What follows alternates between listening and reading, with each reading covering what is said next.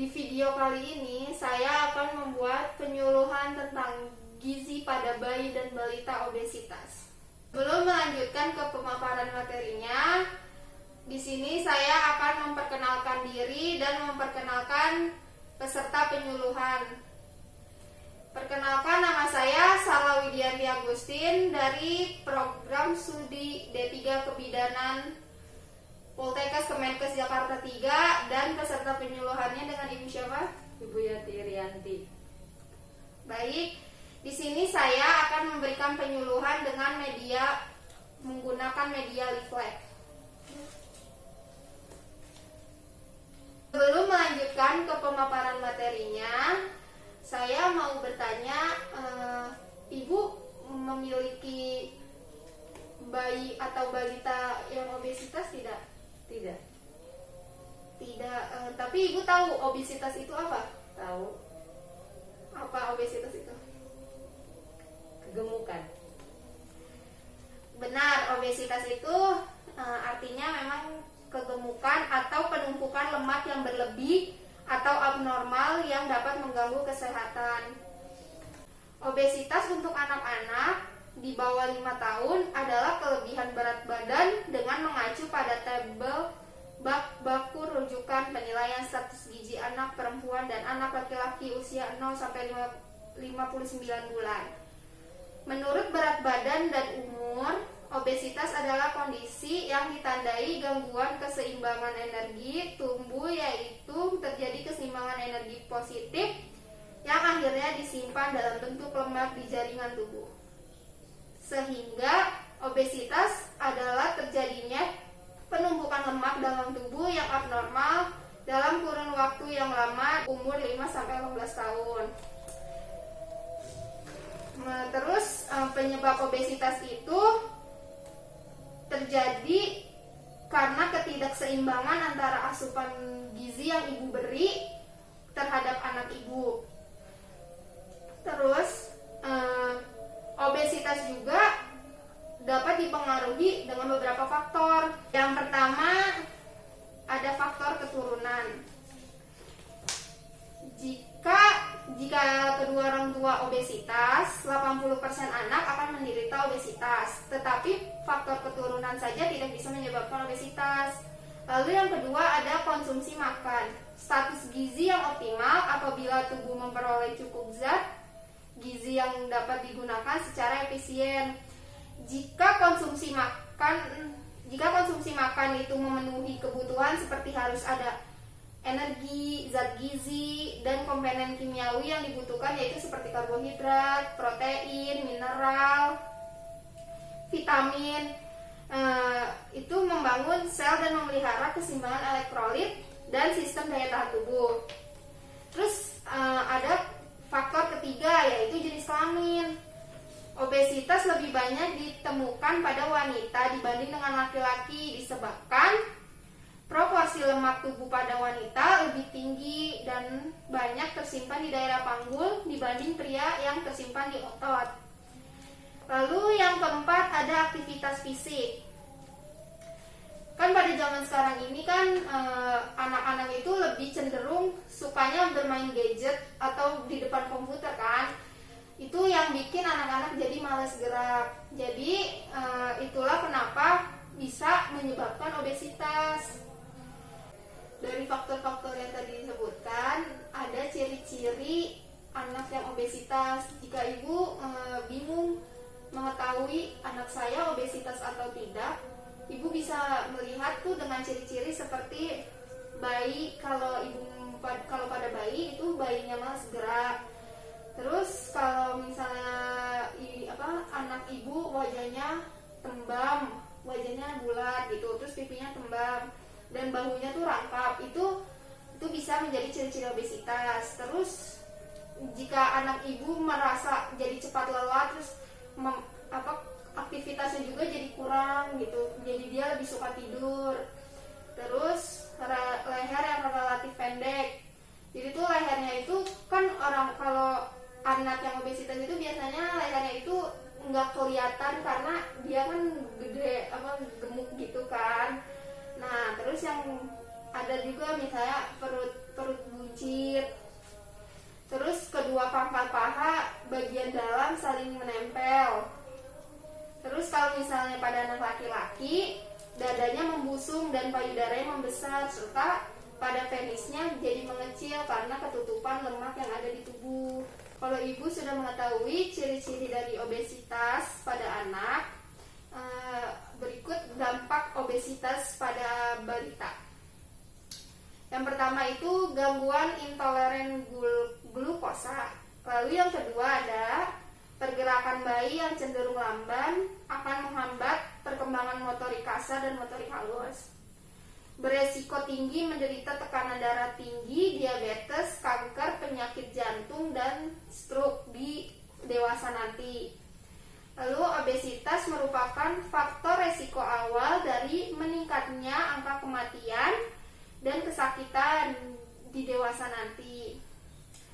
Beresiko mengalami gangguan tidur, juga pubertas di usia lebih muda atau dini, mengalami gangguan pertumbuhan tulang. Lalu selanjutnya ada cara mencegah dan mengatasi obesitas. Cara mencegah obesitas, ibu bisa melakukan pada saat bayi, anak ibu itu diberikan susu ASI eksklusif, jangan dikasih susu formula. Terus beri makanan sehat yang bergizi seimbang. Lalu ubah kebiasaan makan. Anjurkan anak untuk melakukan fisik minimal 20-30 menit sehari. Tetapi jika anak ibu sudah terlanjur obesitas, maka ada cara mengatasi obesitas. Yang pertama itu terapkan aturan makan yang benar. Orang tua perlu menerapkan aturan makan yang baik. Pola makan harus terjadwal, yakni makan besar 3 kali sehari dengan cemilan 2 kali sehari. Waktu makan pun harus dibatasi agar tidak lebih dari 30 menit dalam satu sesi. Terus yang kedua, perhatikan komposisi makanan. Komposisi makanan menggunakan prinsip pola diet seimbang yang cukup untuk tumbuh kembang normal, yakni karbohidrat 50-60%, lemak 30%, dan protein 15-20%. Untuk pilihan jenis makanan ini, ibu bisa gunakan panduan traffic lane, yaitu memberi makanan green food, artinya makanan dikonsumsi sebanyak dan sesering mungkin oleh anak. Contohnya semua jenis buah, sayur segar yang tidak mengalami pengolahan pabrik itu bisa dimakan setiap hari dan bisa dimakan sebanyak mungkin. Terus yang kedua ada yellow food, yaitu makanan dikonsumsi setiap hari dalam jumlah yang wajar. Contohnya kayak nasi, pasta, mie, telur, daging merah tanpa lemak, ayam ikan, yogurt rendah lemak, susu rendah lemak, keju rendah lemak, kacang-kacangan, serealia, produk olahan kedelai, dan minyak sayur. Ini boleh dimakan, tapi harus dengan jumlah yang wajar, tidak boleh berlebih. Lalu ada yang ketiga red food. Red food ini makanan dikonsumsi 1 kali per minggu dalam porsi yang kecil. Contohnya ada butter, aneka kue kering, roti, permen, frozen yogurt, daging berlemak, daging olahan tinggi lemak, gorengan, keripik, minuman manis, dan coklat. Ini tuh harus dimakan dengan porsi kecil, karena kalau dimakan dengan porsi banyak dapat menyebabkan obesitas. Lalu yang ketiga ada tambahkan aktivitas fisik anak. Aktivitas fisik anak ini bisa berupa ibu bisa mengajak berjalan, berlari, berenang, bermain sepeda, atau aktivitas fisik lainnya. Aktivitas fisik ini bisa dilakukan selama 90-120 menit. Lalu yang keempat ada orang tua sebagai kontrol dan motivator. Maksudnya itu orang tua harus berperan kendali, salah satunya dengan menghilangkan semua stimulus di sekitar anak yang dapat memicu keinginan untuk makan. Lalu orang tua sebagai motivator itu memberikan penghargaan seperti pujian atau reward, ketika anak berhasil berperilaku sehat. Soalnya kan anak usia balita itu biasanya tidak doyan sayur. Kebanyakan itu kalau makan tuh pilih-pilih, nggak mau sayur gitu kan. Makanya kita sebagai orang tua, agar anak kita mau sayur, makan sayur, ketika dia pertama kali mencoba sayur, kita memberi pujian ke dia. Itu tuh sebagai motivator dia, biar dia tuh mau terus makan sayur. Lalu ada menu makanan diet untuk balita. Diet ini tidak hanya dilakukan untuk dewasa, tetapi diet juga bisa dilakukan untuk balita. Untuk mendapatkan hasil terbaik bagi anak-anak obesitas, orang tua perlu menyeimbangkan asupan kalori dengan diet yang cukup.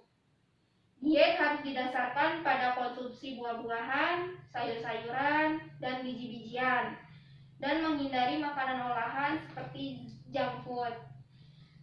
Terus penting juga ibu memasukkan produk susu yang rendah lemak ke dalam menu diet, dan mengurangi konsumsi daging merah.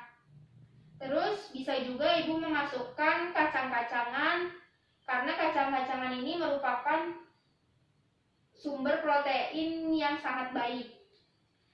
Semua jenis makanan harus dikonsumsi dalam jumlah sedang dan hindari terlalu banyak kalori. Konsumsi gula dan lemak jenuh juga harus diminimalkan. Nah, di sini ada 2 contoh menu diet untuk balita. Yang menu pertama, pada pagi hari ibu bisa memberikan minum susu non lemak untuk sarapan dan roti gandum utuh dan sedikit minyak zaitun dan beberapa jenis buah segar. Terus ibu bisa pada siang hari ibu bisa memberikan salad hijau dengan biji dan sayuran untuk hidangan penutup, lalu beri beberapa buah dengan yogurt bebas lemak. Lalu untuk makan malamnya ibu bisa memberikan kentang tumbuk dan ayam panggang. Untuk hidangan penutup ibu bisa memberikan buah-buahan seperti pisang dan buah persik. Dan untuk snacknya bisa menikmati hidangan berbahan dasar buah atau semangkuk sereal gandum utuh dengan susu. Bila anak sudah mulai bosan dengan menu pertama ini, ibu bisa menggunakan menu yang kedua. Menu yang kedua ini pada pagi hari ibu bisa memberikan smoothies buah yang dibuat dengan susu, roti gandum utuh, dan selai ringan.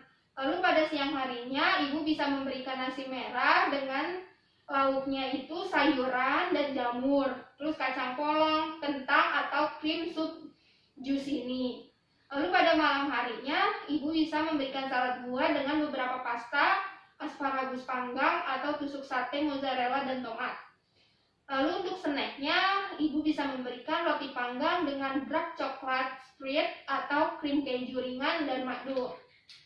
Jadi dari materi-materi yang telah disampaikan tadi, apakah ibu sudah mengerti tentang bagaimana gizi pada bayi dan balita obesitas? Mengerti. Kalau begitu saya mau bertanya. Jadi kalau misalnya kita menemukan anak yang obesitas, hal apa yang dapat kita lakukan untuk mengatasi obesitas tersebut? Dengan cara kalau menggunakan cara tambahan fisik, kita ajak olahraga, berenang, jalan-jalan santai. Baik, kalau tidak ada yang ditanyakan lagi oleh ibu, penyuluhan setelah selesai. Penyampaian materi dan tanya jawab juga sudah selesai. Penyuluhan kali ini diakhiri. Terima kasih untuk ibu yang sudah menyempatkan waktunya untuk mendengarkan penyuluhan, dan apabila ada kesalahan kata mohon dimaafkan. Penyuluhan kali ini telah selesai. Kurang lebihnya mohon maaf. Wassalamualaikum warahmatullahi wabarakatuh.